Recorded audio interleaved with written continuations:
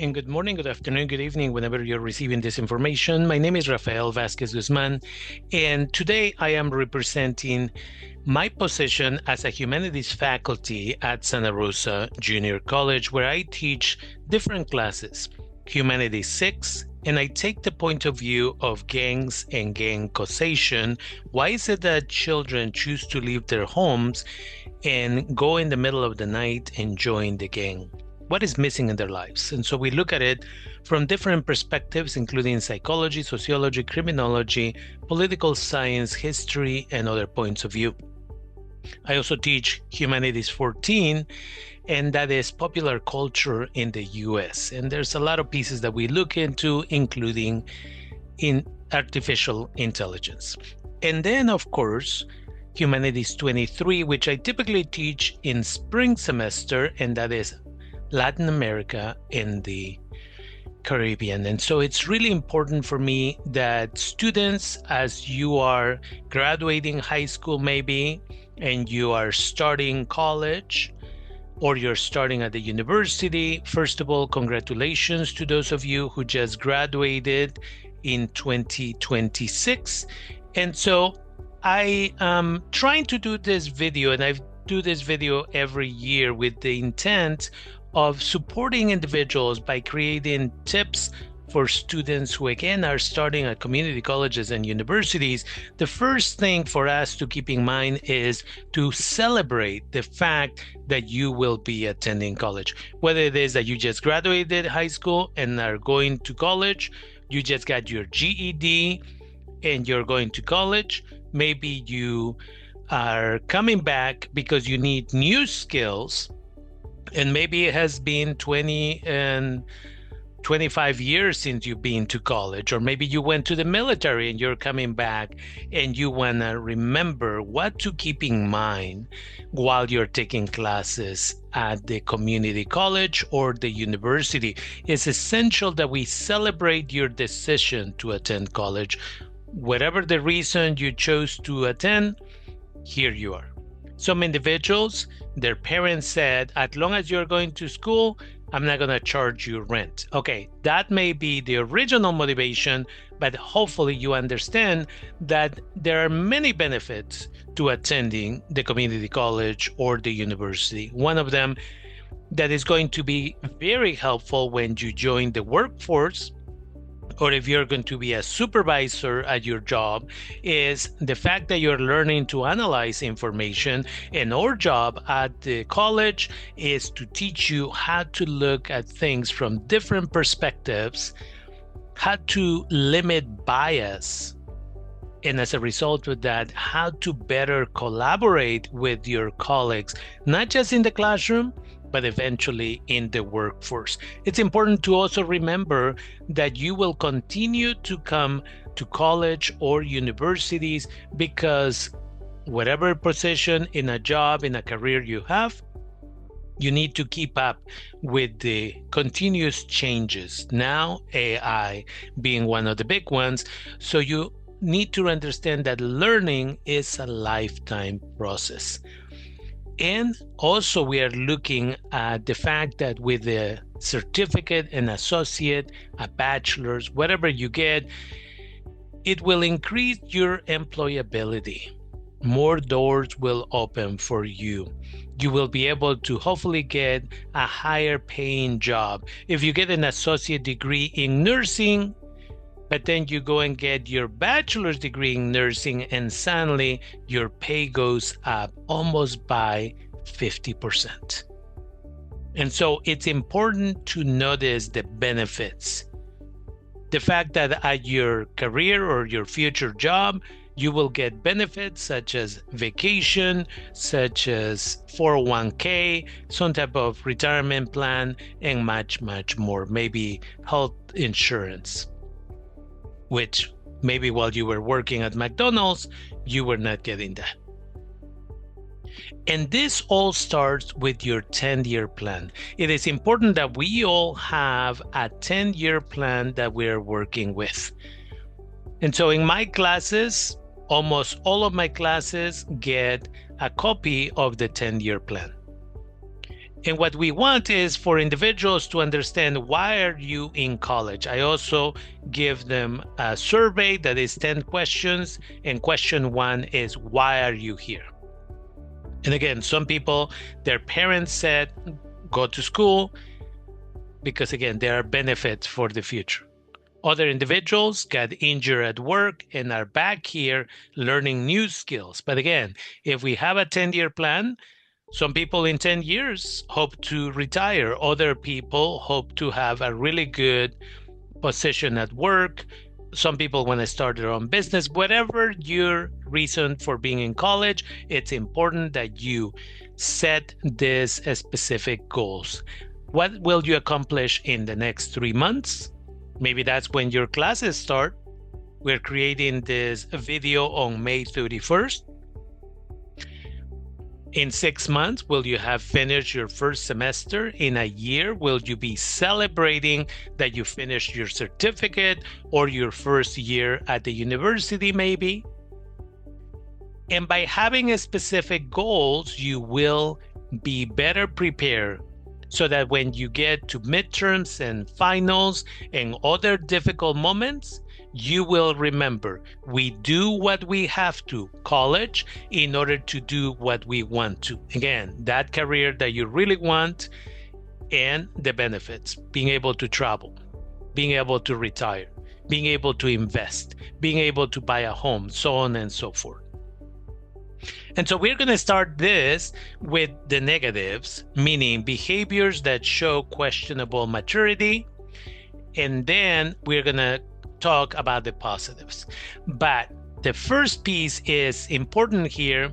College success requires self-discipline. Do I go hang out with my friends? Do I go with my partner to the movies, to a party? Or do I stay here and actually study? Those are the pieces to keep in mind. Self-discipline says, I need to study, I need to write that essay. I'm not going to wait until 10:30 at night to try and write an essay that is due at 11:58. That's the most important thing in college. Self-discipline is what's going to motivate you to show up during office hours, to go to the writing center, to go to the tutorial center, to read those 25 pages. And you know that they are due in 5 days, so you read 5 pages every day, rather than trying to cram information the last day. And so, again, let's start with some of the challenges, some of the behaviors that will make your college experience negative. And so, these are the typical behaviors that we see in the classroom that show that an individual may not be ready to do college level work. 1, being late frequently and leaving early. And so it's important for me that you understand, this is the goal of this video, is to get you to understand what we're talking about. Being on time in college means showing up 5 minutes before class starts. If your class is Mondays and Wednesday from 10:30 until 12, then you should be sitting in the classroom towards the front of the class at 10:25. The first thing you should do is pull out your notebook, open the notebook to the page where you're going to take notes, grab your pen or pencil, put it on top of your notebook. And when the professor walks in, your only job is to grab that pen or that pencil. It tells the faculty member that you are here to learn and you're ready. One of the worst possible things that you could do is unzipping your backpack 5 minutes into class time and pulling out your notebook. It says you're not here to learn. 2, talking during lectures. If you have a question, if you didn't understand a concept, raise your hand and ask for clarification. If you start asking your colleague to your right, your left, in front, or behind you Unfortunately, the professor will think that you are having a side conversation and that you don't care about the material. And you're just going to create an unhealthy disruption for everybody. Chewing gum, eating, and drinking noisily. Here, I remind you of what many of my colleagues' policies are, and that means that if you're bringing food to class, because maybe you are in between classes and you don't have a break to eat your meal, that's fine. For myself, I have no problem with individuals eating in the classroom. But please do not bring food that is warm and the smell is going to carry throughout the classroom, because some of your colleagues maybe haven't even had breakfast or lunch, and now your food is going to distract them. Again, being aware of this. An inability to work in small groups. Why is this important? Because when you go into the job market, one of the requirements is that you can work with others.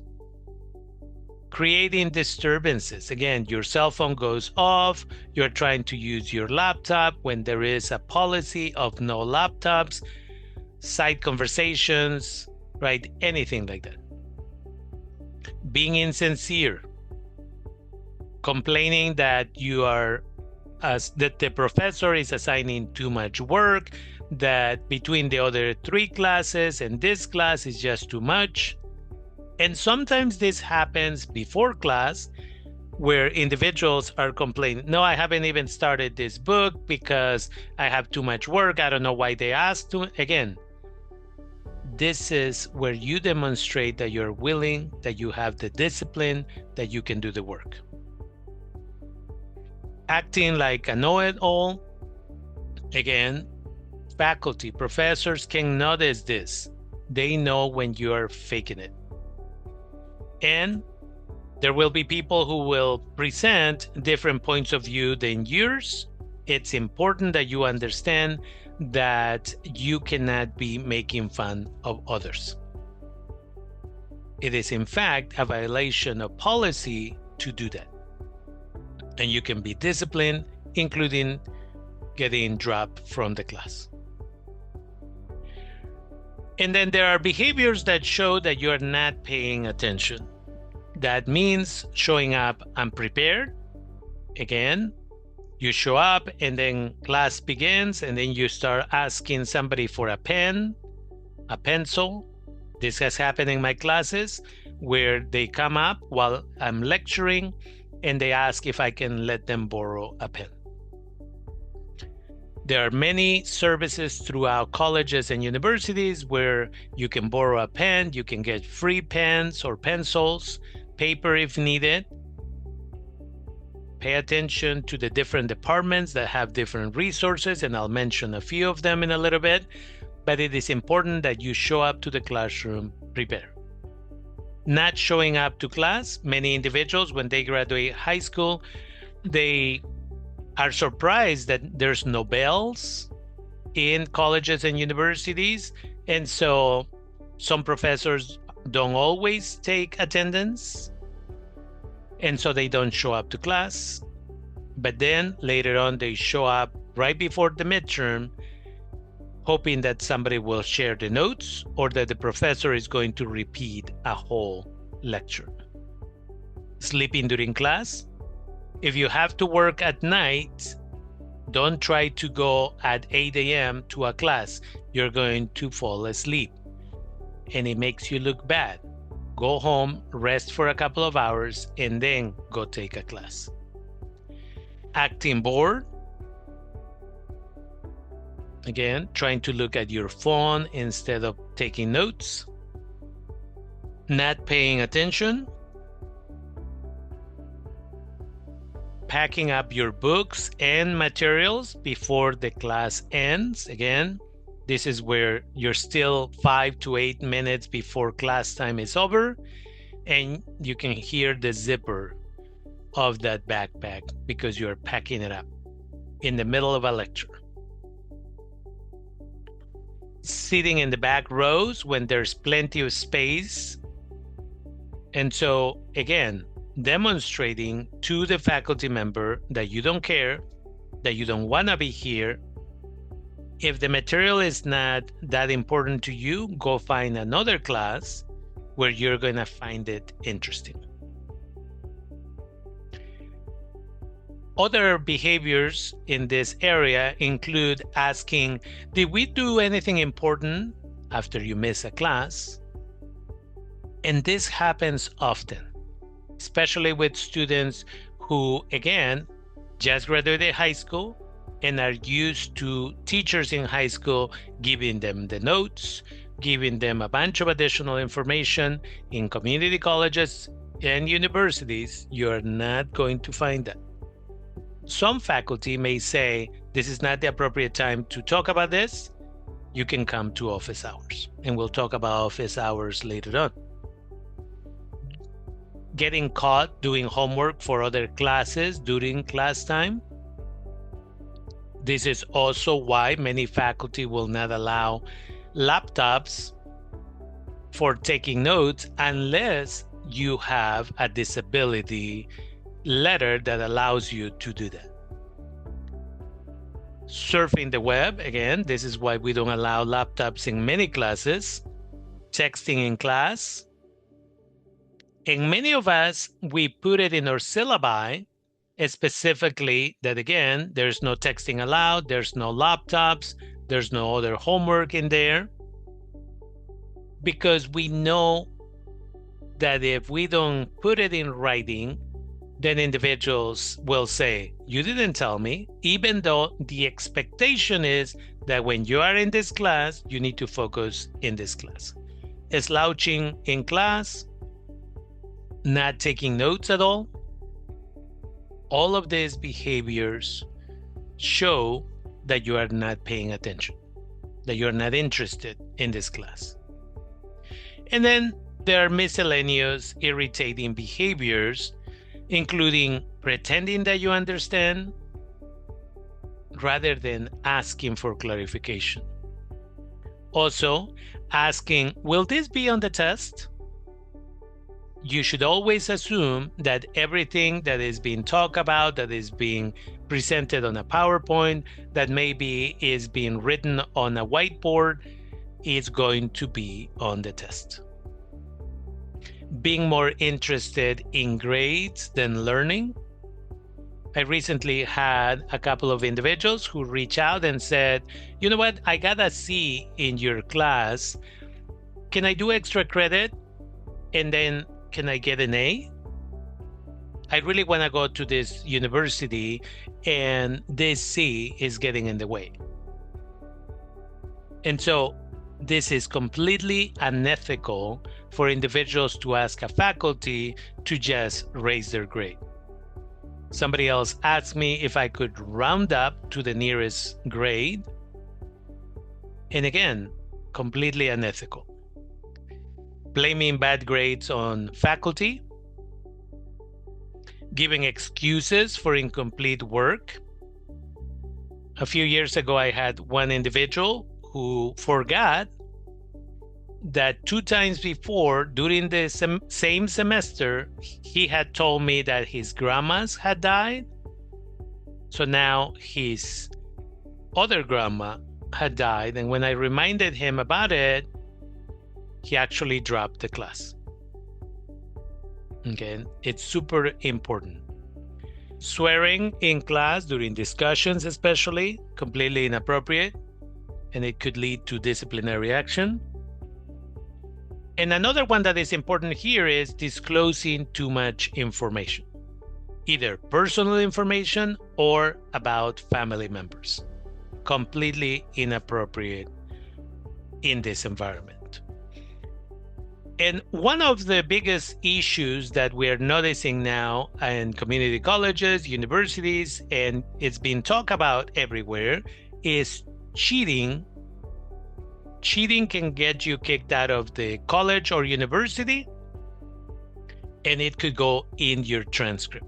So assume you already did a year and a half of college, and now you get kicked out, and your transcript will always say this individual was disciplined for cheating. Will another college or university accept you? Unlikely, right? And so please learn to write your own essays. Go to the writing center or the writing lab, whatever they call it, the tutorial center maybe, and do not use ChatGPT or anything else, because nowadays there's technology. You can use ChatGPT and everything else to write your essay, and then when you submit it, faculty have the ability to assess how quickly you wrote your essay and many other pieces.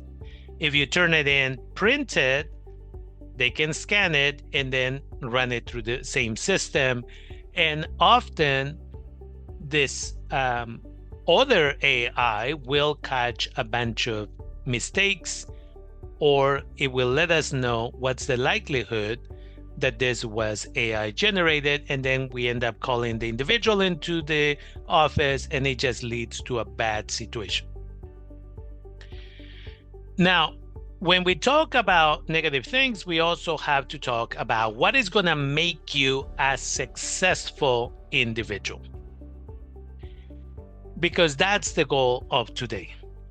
First of all, after you attend the first session of every one of your classes, go to office hours and then introduce yourself to your professors. My name is so-and-so. I am in your Humanities 6, Monday and Wednesday from 10:30 to noon. And I just wanted to let you know I review the syllabi. I am familiar with what the expectations will be every week in reading, written assignments, so on and so forth. And I just wanted to introduce myself.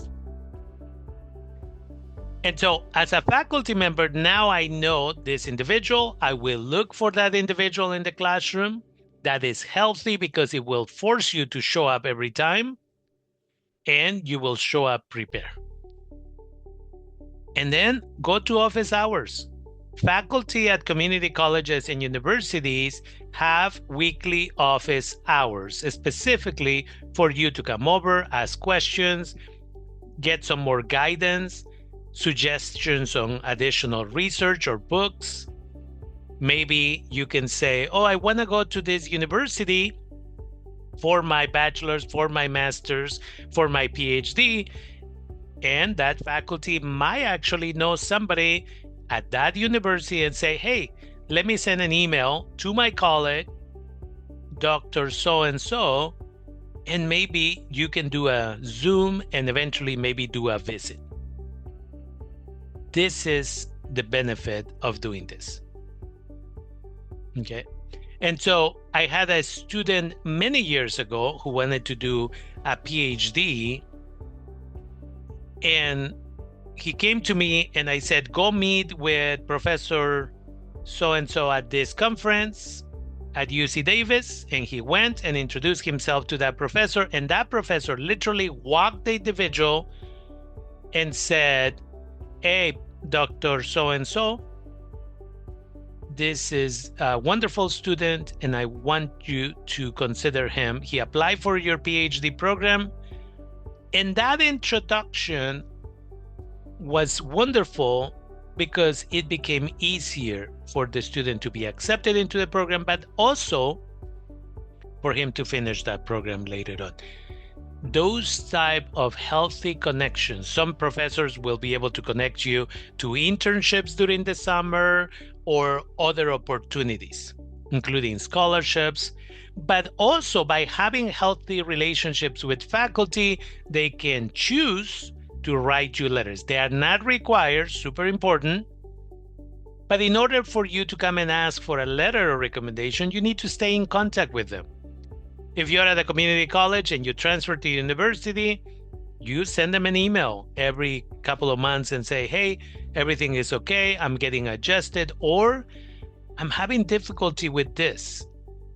And that faculty, it's so invested in your success that they might reach out, they might, call somebody, they might direct you to somebody's office to get additional support. So don't ask for a letter of recommendation if you haven't been in touch with a faculty member. I have somebody who I haven't seen since 2017, and they reached out about 6 months ago and said, hey, can you write me a letter of recommendation for a master's program? I'm sorry, no. I don't know what you've been doing for almost 10 years. And the person got upset, and it's their right to get upset, but I cannot write a letter if I don't know who they are. And so it's important to, again, keep that in mind. Whether you're at a community college or university, choose 1 or 2 or 3 faculty members and stay in touch with them. And also, the best way for you to succeed is to connect, whether it is with a faculty member, whether it is with somebody who works in the library, at the intercultural center, whether it is a janitor that works cleaning the buildings or the grounds. Connect with somebody. Remember, the janitor has all the keys to the kingdom. And so never underestimate the wonderful janitors at these institutions. They often work and they are ignored by the people around them, so they have access to resources, to people, to direct you to somebody else or to introduce you to somebody who can support you. They know about many resources on campus. Janitors, wonderful people. Always treat them with the utmost respect. When you're in class, exchange contact information with classmates. If you don't feel comfortable at first exchanging your phone number, you can exchange maybe just an email address and say, hey, we're going to be in this class in case you miss class one day or I miss class one day for whatever reason, you get sick, I get sick, whatever. This is my email address. Can I have your email address? And that's healthy. If that person eventually drops the class, then no big deal. They don't have your personal information. That email, you can ignore it. But hopefully, after that class, you have created one of many lifelong healthy relationships with a classmate. It is essential that you eat healthy while you are in college. Don't go get fast food as much as you can avoid it, because again, too many carbs, but also too much salt, sometimes too much sugar when people get energy drinks. Plenty of water, eating healthy. Many community colleges and universities now have food pantries where if you cannot afford it, you can go get some fruits, some vegetables that may be very healthy for you. It is also important while you're in college that you exercise, whether on your own, there are places where you can go walking and running, or take a kinesiology class.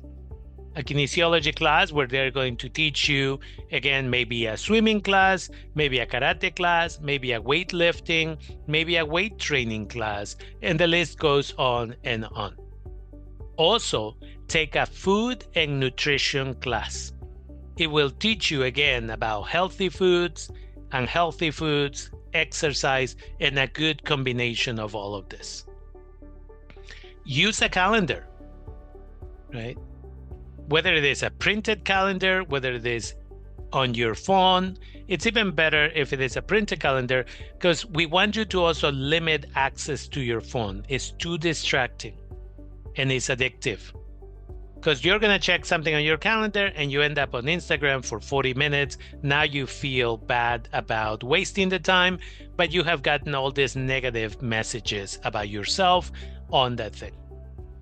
So use a calendar, and as soon as you know what your class schedule is going to be, put it in the calendar. Now you know where you have free time to work, but also after class, where you're going to go and do your homework. Sleep is essential for your physical and mental health. So again, 30 minutes before you go to bed, put the cell phone away, the TV away, video games, computers, everything else. go get a cup of chamomile tea or something similar. Chamomile is a relaxant. And then if you have a hard time falling asleep, drink a cup of tea, read a book that you find boring, and then go to sleep. Try to get those 8 hours of sleep, especially if you are a teenager still or you're in your early 20s. Another thing that is super important while you're in college is to join a student club or organization. There are student clubs for karate and video games, computers, political science, dance, mariachi, and a bunch of other clubs. And there are some organizations that can support you.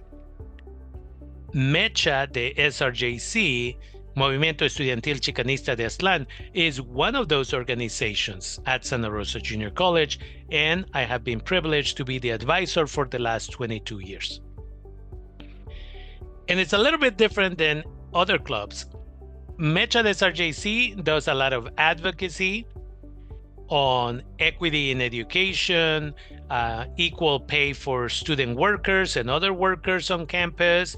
Right now at Santa Rosa Junior College, as I make this video, MECHA de SRJC is advocating for more mental health services. Unfortunately, Santa Rosa Junior College chose, for one reason or another, to end its training program, and that eliminated 8 positions of therapists for fall 2026. And so they are now down to only 2 therapists right now. And they claim that by having 4 will be enough for about 20,000 students. And so again, get involved, go to an organization or a club. This will also, if you don't want to do it for any other reason, it adds some of the social activities for you, where you can get connected to job opportunities or just other social connections, or you want to make a change in your community.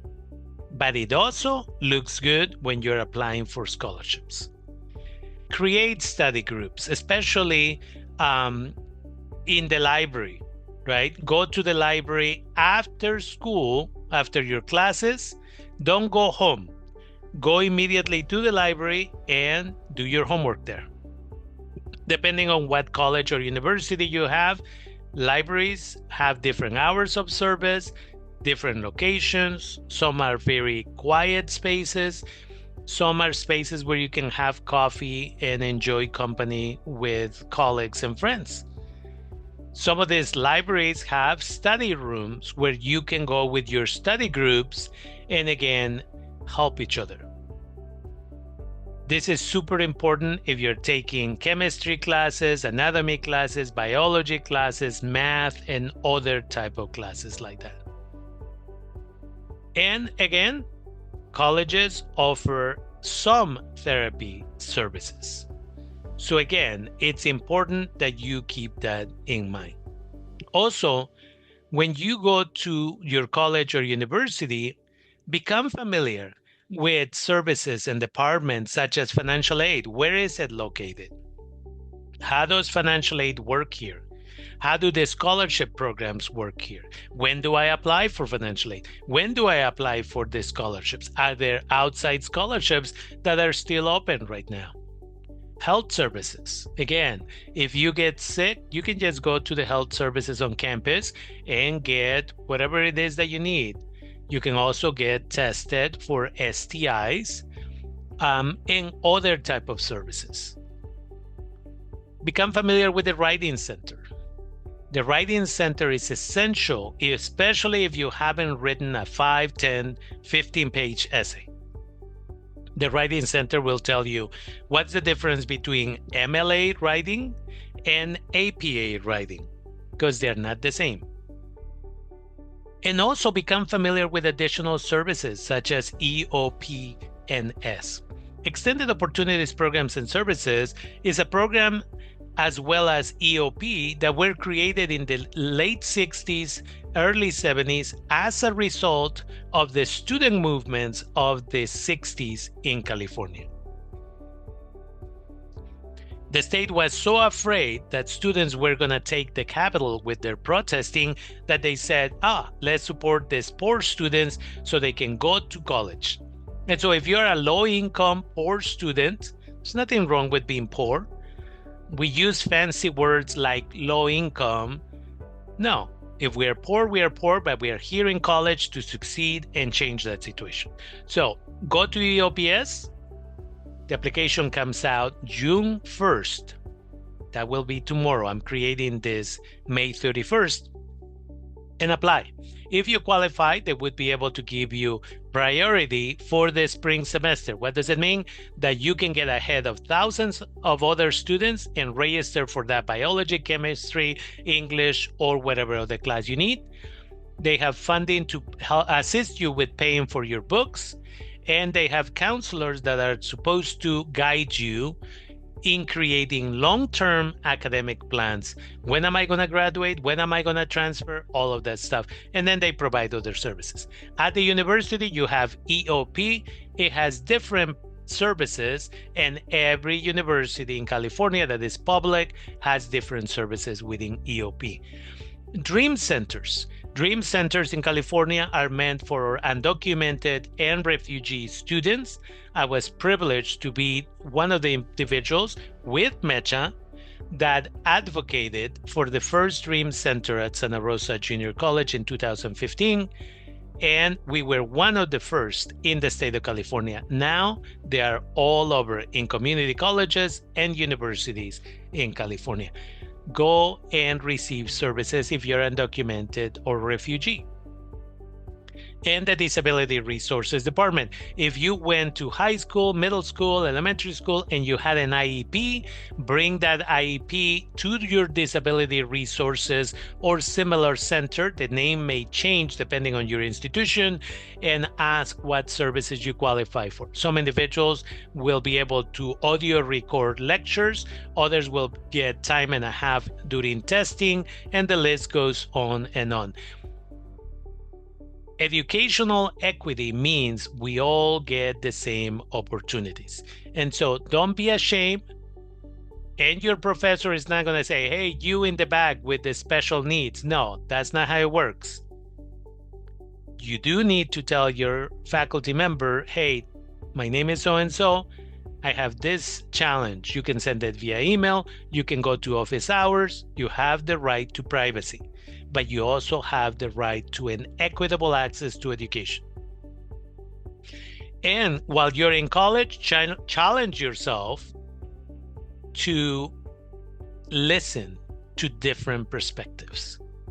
In this country, at this moment, it appears that one side and another side are fighting each other and they disagree, and the Republicans don't talk to the Democrats, and the conservatives and the so-called liberals and all of this stuff. No. When you really look into it, these groups of people agree on 95% of the items. But it is the media that wants people to focus on the 5%. The 95% includes the right to healthcare, the right to retirement, the right to only work 40 hours and still be able to survive, and the list goes on and on. And that's why college is such an essential place to be, because we can have dialogue, disagree on some things, but agree on other things and find commonality. So come ready for that. Also, it's important that you visit your professors and your counselors. Always get an updated academic plan. So for colleges and universities, typically between now and the end of August, if you are at a semester system, you will have difficulty accessing a counselor. And then come September 1st, the offices are almost empty. That's when you go get ready for spring 2027. Because if you wait until October, now you're waiting for 2.5 hours, or you want to make an appointment and they tell you come back in 3 weeks. Again, we're giving you information that is considered inside information. And so we want you to have that. And so if the counselor doesn't have 2 or 3 or 10 students waiting, you can say, can you help me? And in fact, not just make a plan for spring 2027, but can you make me a 2-year plan? And that way you will know which classes you're going to take in spring and summer and so on and so forth. Also, super important, take a class or a workshop on money management. A lot of individuals go in debt while they are in college because they don't understand how money works. If you go to my YouTube channel, Líderes del Futuro, I have some information in there about money management, all the stuff. But again, some banks, some credit unions also offer this information. Of course, people who want to give you a bunch of credit cards, they want you to be in debt. But I want you to succeed. Learning to manage your money is so essential for the rest of your life. Visit the Intercultural Center often. In every community college, every university should have an intercultural center.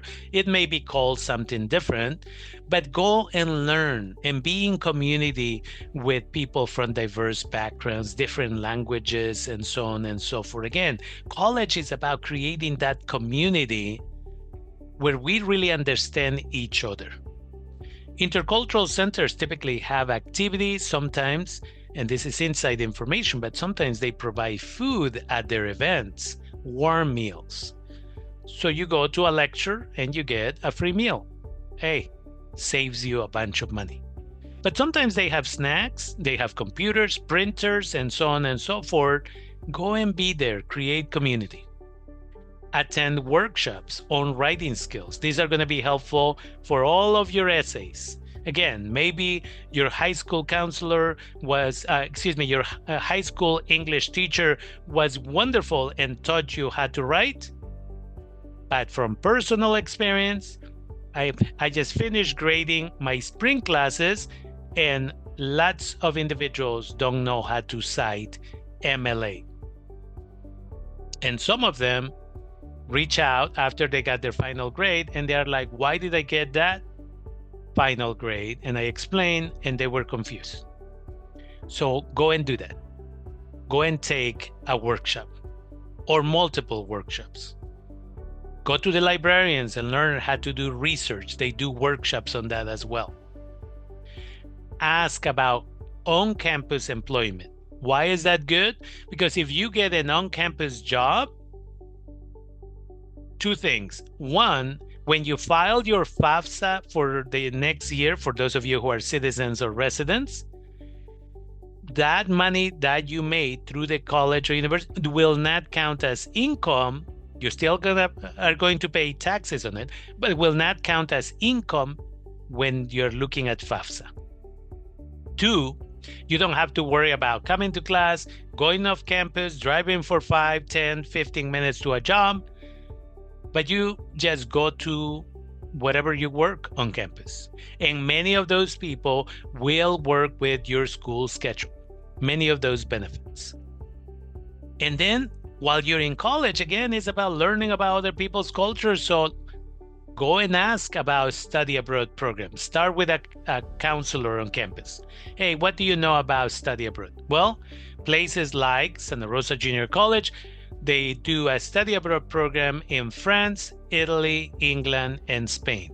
And some summers they may go to Costa Rica, they may go to Mexico, they may go to China, they may go to other places. If you're going to go to a university, ahead of time, do the research about what countries these universities will take you. And there are scholarships to help pay for all of those. So for a whole semester, you can go and live in a different country. And when you come back, you will learn so much about those countries that you will be a better educated individual. And again, we want you to create community by practicing the ability to go to activities on a regular basis if you can afford it. Maybe there's a concert and it's free. Maybe there is a basketball game and you're into that. Maybe there is a swimming competition. Maybe there is a lecture happening. Some faculty will offer extra credit for you attending those activities, but don't just do it again for the grade. Do it because you want to learn something new. Don't expect faculty to know absolutely everything. Go and look at different perspectives about something. And two final comments. Dr. Sudhir Venkatesh is a professor who focused on research on gangs many years ago. And his father had gone to college. And he said that the best advice that his father gave him was when he was heading to college for the first time. And he says his dad said, read every day, not just what is required, but what is recommended. And then visit your professors with well-formed questions. Again, go during office hours, talk to your faculty. And one of the things you will notice is that faculty may be writing on the board, or they may be showing slides, and then they walk over to the whiteboard and they may write down the name of a book or another piece of research or a researcher. Those are the recommended reading type of material. It's not mandatory, but if you're really into it, you can go and read some of that. Then go to your professor and say, I read this and I have a couple of questions. I didn't understand everything. Faculty love that. And go during office hours. We're getting paid to be there. We're working on emails, we're grading, we're prepping, we're doing other stuff. But it's not an interruption, right? Remember, the student is the most important person on the campus. And I don't want you to take it as we're going to do everything for you, but we are going to be here because we want you to succeed. And to finish this and wish you a wonderful fall 2026, I want to finish with this other quote by Malcolm X. Education is the passport to the future, for the future belongs to those who prepare for it today. And with that, my name is Rafael Vasquez Guzman. I am a professor at Santa Rosa Junior College. I thank you for your time. And again, I wish you success. If you think this information was useful in any way, feel free to share it with other colleagues, friends, and people who may be lost as they begin their journey at their college or university.